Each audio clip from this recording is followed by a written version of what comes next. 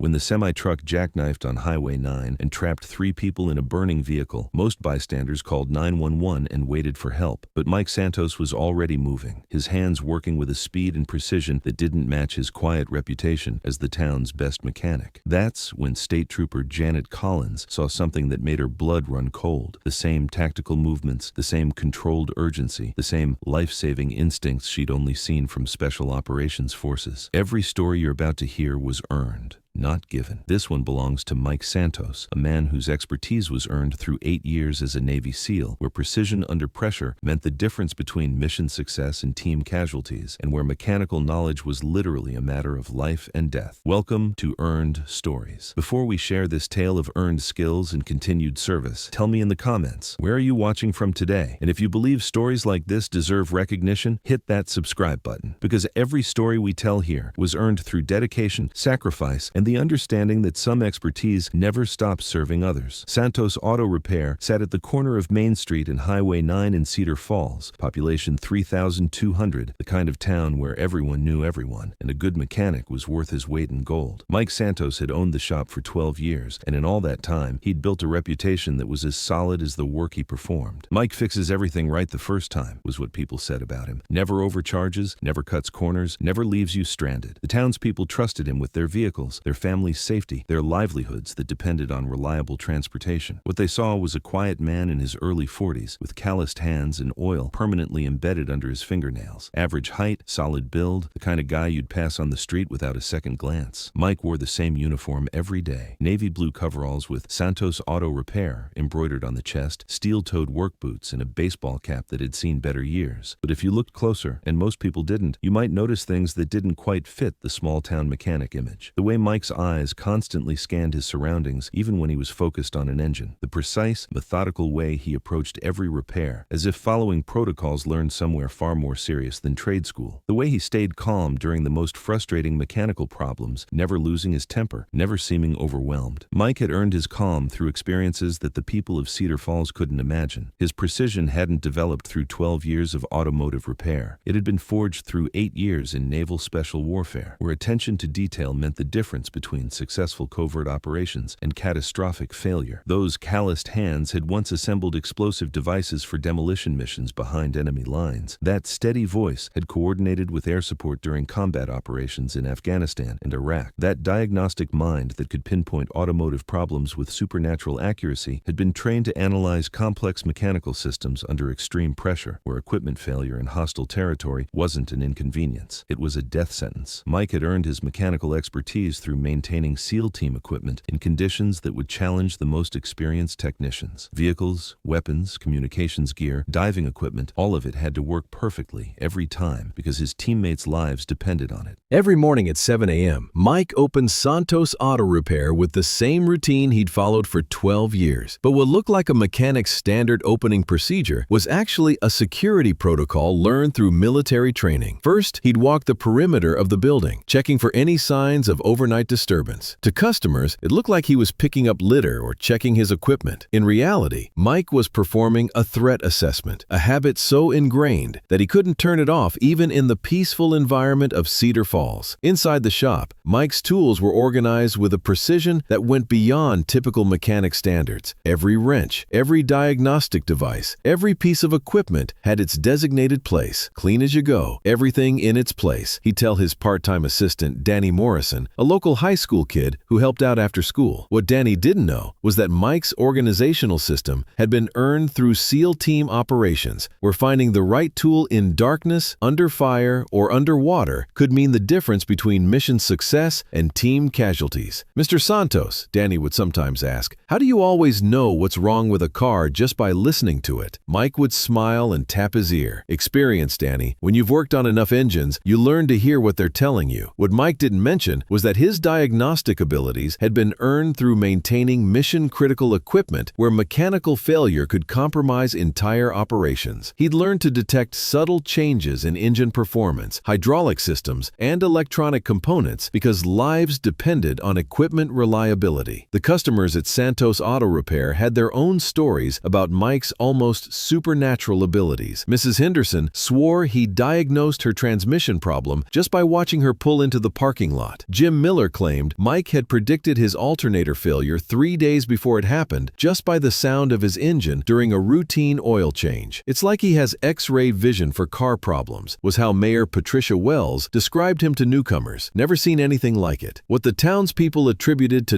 natural talent or years of experience was actually expertise earned through military training that had taught Mike to process multiple information sources simultaneously: visual, auditory, tactile, and arrive at accurate diagnoses under pressure. During lunch breaks, Mike would often be found reading technical manuals, staying current with automotive technology. But scattered among the repair guides were other publications, military journals, engineering specifications, technical documents that had nothing to do with car repair. Habits of continuous learning earned through a career where staying current with technology meant staying alive. Tuesday afternoon, 2:47 p.m. Mike was under the hood of a 2015 Ford pickup diagnosing an intermittent electrical problem when he heard the unmistakable sound of metal impacting metal at high speed, followed by the screech of tires and the crash of glass. Highway 9 ran directly past Santos Auto Repair, and in 12 years, Mike had responded to more than his share of traffic accidents. But this sound was different, heavier, more violent, the kind of impact that meant serious injuries or worse. Mike dropped his tools and moved toward the front of his shop where he could see through the large windows that faced the highway. What he saw made his blood run cold. A jackknifed semi-truck blocking both lanes of traffic, its trailer twisted at an impossible angle. Worse, a small sedan was pinned beneath the trailer, and smoke was beginning to rise from the wreckage. Most people in Cedar Falls had never seen Mike Santos move quickly. He was known for his deliberate pace, his methodical approach to everything he did. But when Mike saw that smoke turning black and realized there were people trapped in that vehicle, something switched on inside him that hadn't been activated in 12 years. Mike Santos, the small-town mechanic, disappeared, and someone else took his place. He moved across the parking lot and onto Highway 9 with a speed and purpose that transformed him. No longer the quiet mechanic in oil-stained coveralls, but a trained operator responding to a life-threatening emergency with skills earned through missions where hesitation meant death. The sedan was crushed beneath the trailer, its roof compressed to half its normal height. Through the spider-webbed windows, Mike could see 3 occupants: an elderly man behind the wheel, unconscious and bleeding from a head wound; a woman in the passenger seat, conscious but trapped; and a young child in the back seat, crying but apparently uninjured. The smoke was getting thicker, and Mike could smell gasoline. He had minutes, maybe less, before the situation became unsurvivable. While other bystanders stood frozen or fumbled with their phones, Mike was already assessing the situation with the tactical mindset earned through 8 years of Navy SEAL operations. Entry points, extraction routes, immediate threats, time constraints. His mind processed the information with the same systematic approach he'd once used in hostile territory. Mike approached the wreckage with movements that were precise, controlled, and completely unlike anything the people of Cedar Falls had ever seen from their quiet mechanic. He moved in a low crouch, staying below the level of the windows, approaching from the side that offered the best protection from potential explosion or fire. His first action was to assess the stability of the trailer. Using techniques learned during explosive ordnance disposal training, Mike quickly determined that the semi's weight distribution was critical. Any wrong movement could crush the sedan completely. "Sir, ma'am, can you hear me?" Mike called through the passenger window, his voice carrying an authority that commanded immediate attention, not the gentle tone of a small-town mechanic, but the crisp communication of someone trained to take charge in life-threatening situations. The woman in the passenger seat turned toward him, her eyes wide with terror. "My husband," she gasped. "He's not moving. And Emma, my granddaughter, she's trapped in the back." Mike's assessment was swift and professional. The driver was unconscious, but breathing. The woman had a possible broken arm, but was alert and communicating. The child appeared physically unharmed, but was understandably terrified. The immediate problem was extraction time versus fire risk. The gasoline smell was getting stronger, and the smoke indicated that something in the engine compartment was already burning. Using skills earned through combat search and rescue operations, Mike began working on the passenger door. But instead of trying to force it open, which could destabilize the entire wreckage, he produced a tactical knife from his pocket and began cutting through the window seal with precision that spoke to extensive training. "Ma'am, I need you to stay very still," Mike instructed with calm authority. "I'm going to get you out first, then we'll get your husband and granddaughter." State Trooper Janet Collins arrived on scene just as Mike was extracting the woman from the passenger seat. Janet had 12 years of law enforcement experience, including training with state and federal tactical units. She recognized immediately that what she was watching wasn't standard civilian emergency response. Mike's movements were too precise, too controlled, too professional. The way he handled the injured woman, supporting her weight, protecting her injured arm, moving her to safety with minimum jarring, was textbook combat casualty care. The way he approached the burning vehicle showed situational awareness and tactical thinking that didn't come from automotive repair experience. "Who is this guy?" Janet muttered to herself as she watched Mike return to the wreckage for the driver and child. The extraction of the driver required more complex problem solving. The man was unconscious, significantly heavier than his wife, and trapped behind a steering wheel that had been compressed inward by the impact. Standard emergency response would have been to wait for fire department equipment and specialized tools. But the smoke was getting thicker, and Mike could hear something in the engine compartment that sounded like electrical arcing, a sound that meant the fire was about to spread beyond control. Mike made a decision that revealed training most civilians never receive. Using leverage techniques learned during combat operations, he managed to create enough space to extract the unconscious driver without causing further injury. His movements were efficient, calculated, and performed with a precision that took Janet's breath away. This isn't random luck, Janet realized as she watched Mike perform what was essentially a combat extraction under fire. This guy has done this before. As Mike carried the driver to safety, then returned for the terrified child, Janet noticed other details that confirmed her suspicions. The way Mike approached the burning vehicle from angles that minimized exposure to potential explosion. The way he maintained visual contact with all threats while focused on extraction. The way he communicated with the victims, calm,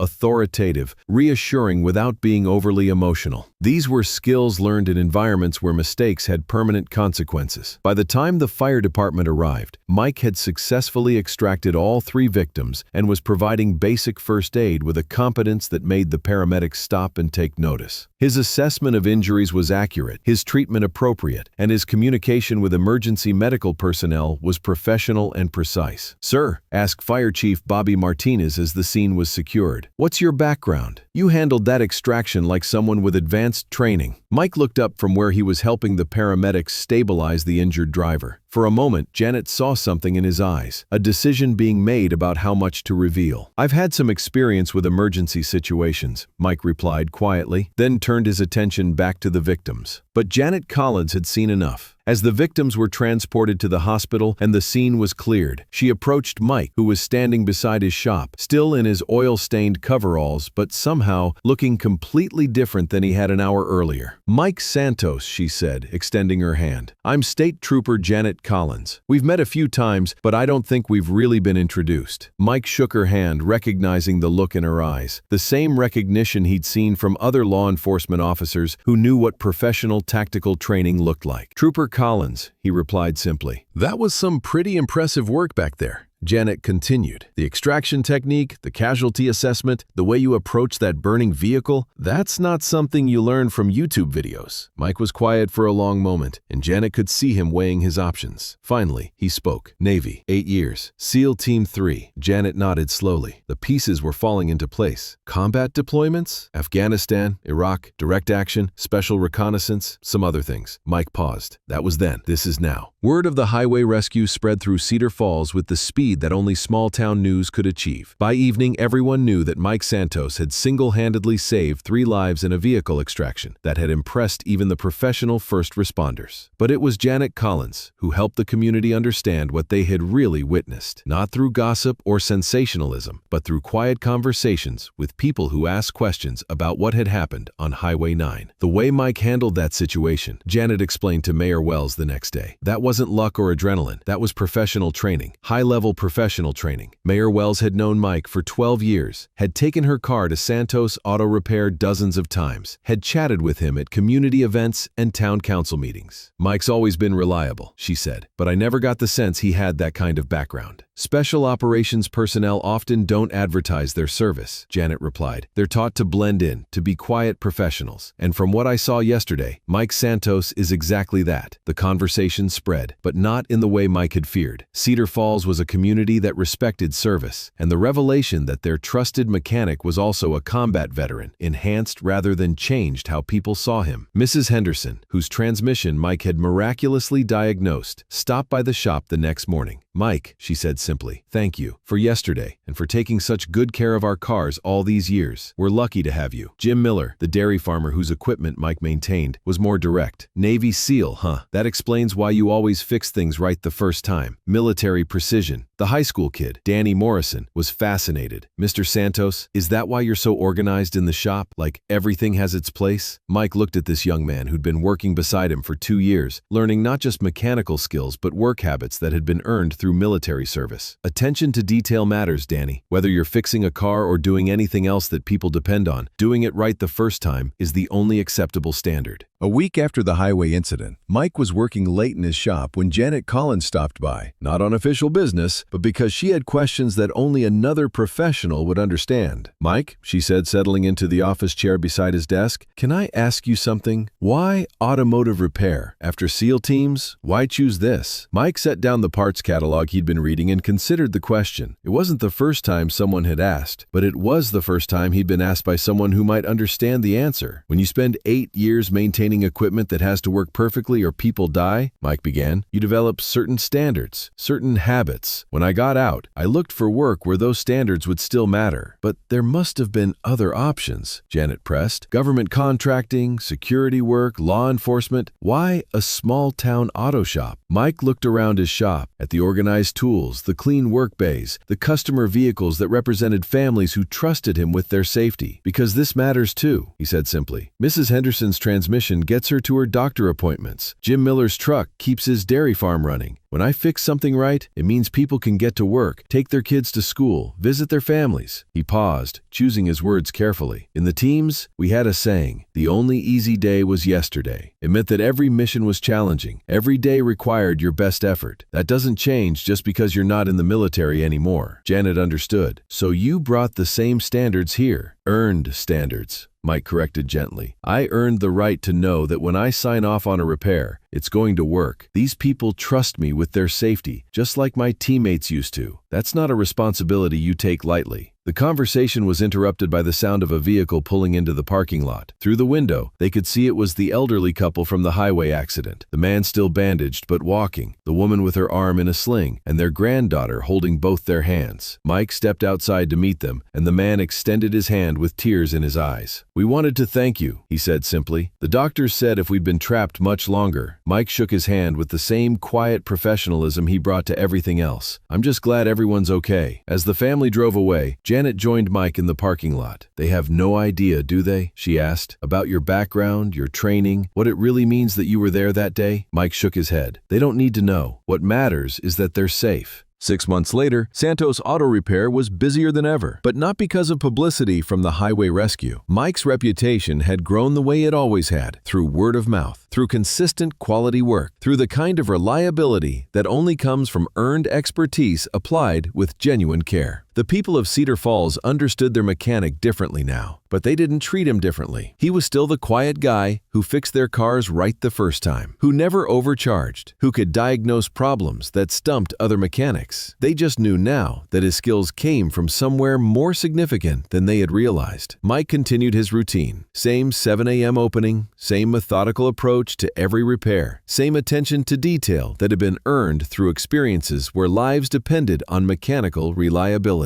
But now, when parents dropped off their family vehicle for service, they understood they were leaving it with someone whose standards had been forged in the world's most demanding environment. Danny Morrison, the high school assistant, had absorbed more than automotive skills during his time working with Mike. The habits of precision, the attention to detail, the understanding that other people's safety depended on the quality of your work. These were lessons that would serve him wherever life took him. "Mr. Santos," Danny asked one day, as they finished up a particularly complex engine rebuild, "do you miss it? The Navy, I mean." Mike looked at the engine they'd just completed. Every component precisely placed, every connection verified, every system tested to ensure perfect operation. "I'm still serving, Danny, just in a different way." When the city council offered Mike recognition for his heroic actions during the highway rescue, he politely declined. "I was just doing what needed to be done," he told them. "Same as any other day." Mike understood something that many people never learn. Expertise doesn't lose its value when you apply it in unexpected places. The precision earned through 8 years of Navy SEAL operations was no less important when applied to automotive repair. The standards learned through life or death missions were no less relevant when applied to ensuring that families families could travel safely. Mike Santos never wrote about his transition from special operations to small-town mechanic because the transition wasn't about changing careers. It was about finding new ways to apply earned expertise in service of others. Never sought recognition because his current mission mattered more than his past achievements. Never asked for special treatment because he'd already earned the only reward that mattered, the trust of a community that knew their safety was in capable hands. Mike Santos' story was earned through 8 years of Navy SEAL service, countless combat missions, and 12 years of providing reliable automotive service to a small community that never suspected the depth of his expertise. But his greatest earned achievement wasn't any single dramatic rescue. It was the daily choice to apply skills forged in the world's most demanding environment to serving people who needed someone they could count on. He never advertised his military background because his work spoke for itself, never sought special recognition because he'd already earned the only approval that mattered, the trust of customers who knew their vehicles would be repaired correctly, completely, and with attention to detail that most people take for granted. That's what earned service looks like. Expertise applied where it's needed, not where it's recognized. Standards maintained, not because someone is watching, but because those standards were earned through experiences that taught the true cost of shortcuts and compromises. So now I ask you, what expertise have you earned that could serve others in unexpected ways? What standards do you maintain because of experiences that taught you why quality matters? How are you using skills learned in one environment to make a difference in another? Share your story in the comments. Tell us about someone whose earned expertise made your life better, safer, or more secure, even if they never sought credit for their exceptional abilities. Because here at Earned Stories, we believe that the most valuable service often happens in the most ordinary settings, performed by people whose extraordinary skills were earned in places most of us will never see. And sometimes, the greatest heroes are the ones who choose to use their earned expertise protecting others, one repair at a time, one satisfied customer at a time, one moment of quiet excellence at a time. Thank you for watching. If this earned story moved you, subscribe and share it with someone who needs to remember that heroes often work in coveralls, serve without recognition, and find honor in doing ordinary jobs with extraordinary skill. We'll see you in the next story, and until then, remember, every service provider deserves respect, but some have earned their expertise through experiences that remind us why quality, precision, and reliability are more than just business practices. They're expressions of character forged through service to something greater than ourselves.